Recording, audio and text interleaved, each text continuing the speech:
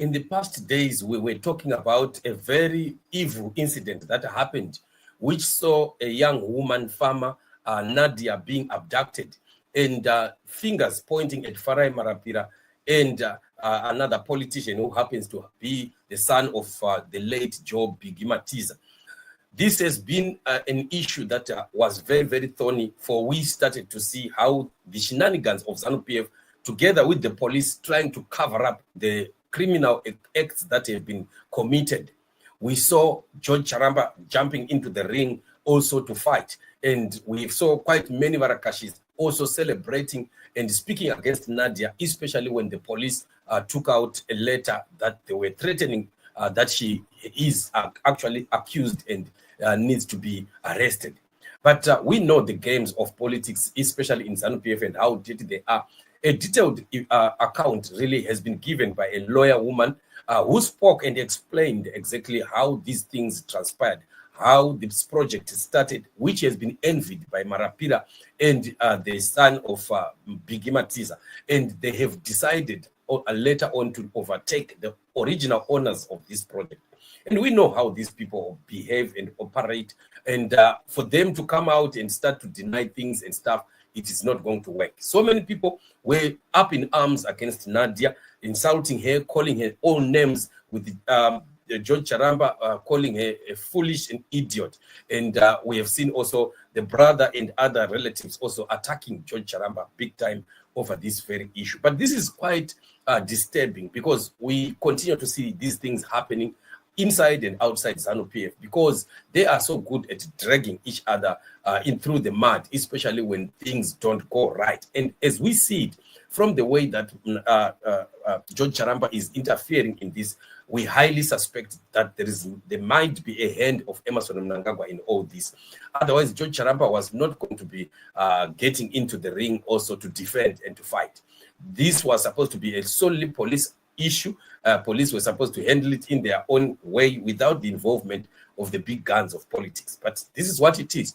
Finally, because of pressure, Farai Marapira has finally spoken over this issue and made his position. But of course, we know the guy is a propagandist of ZANU-PF, very good at playing with words and twisting up facts. So it is very difficult to believe him, even when he comes like this and he speaks. But let's just hear what he had to say, which of course is supposed to be taken with a pinch of salt. Farai Marapira is one politician who has some kind of an innocent face and a soft voice, and yet he is very, very evil, and he does quite a lot of dirty deals behind the scenes. So people must be very, very, very careful of him. The stories we hear about him are very ugly. And yet he wants to portray an innocent face before the world. Let's just take a listen and hear what he had to say. Well, I'm just as perturbed as everyone as to why I'm being involved in issues to do with this Nadia. It's just a simple case of, on my part, actually regretting being of assistance to someone who actually came begging for assistance, and I was not even part of whatever the project was on about. And I've released chats between me and her on social media to various players that have asked. And from my conversations with her, it's clear that I was not involved in any way with this. And then she's abducted in my absence, and somehow I'm supposed to be in two countries at the same time.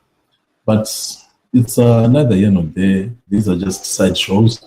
The focus remains the people of Zimbabwe. The focus remains the economy. The focus remains ensuring the president's vision is supported and complemented until 2030. So the police have issued a statement, and for me, that is sufficient. And we allow the police to finish up the investigations, and I believe that the right party to give an actual narration of events regarding this matter.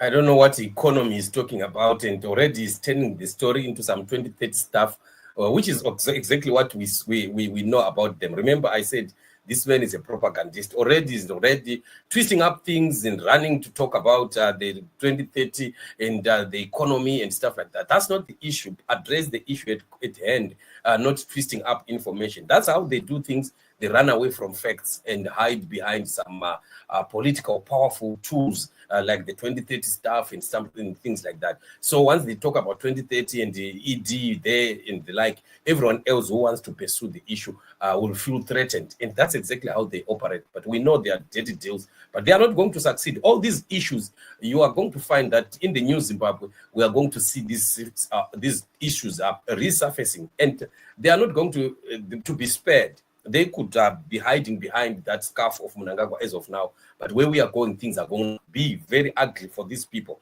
I wish they knew. I wish they would be prepared for what is coming, because there is vengeance that is coming ahead. There's justice that is coming ahead for all these things that they are doing to other people and thinking that they are untouchable and invincible. So this is what it is, family. We will continue to stand and to expose ZANU-PF and pray for Zimbabwe. With the freedom of Zimbabwe coming, we know that our God is in it. Thank you so much for being with me. Remain blessed and shalom.